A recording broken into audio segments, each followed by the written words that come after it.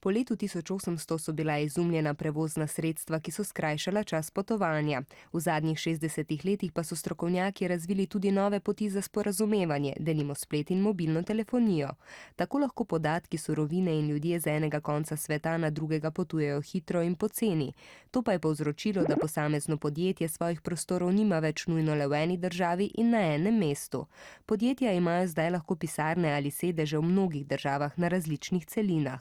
Prav tako imajo lahko proizvodne obrate oziroma tovarne na več koncih sveta. Navadno je to tam, kjer je za delo delavcev treba plačati manj.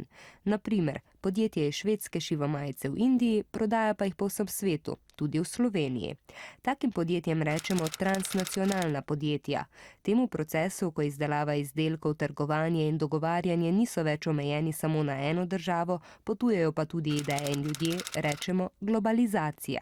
Beseda globalizacija se je najprej pojavila v angleščini, globe pa pomeni zemlja, pa tudi krogla ali obla.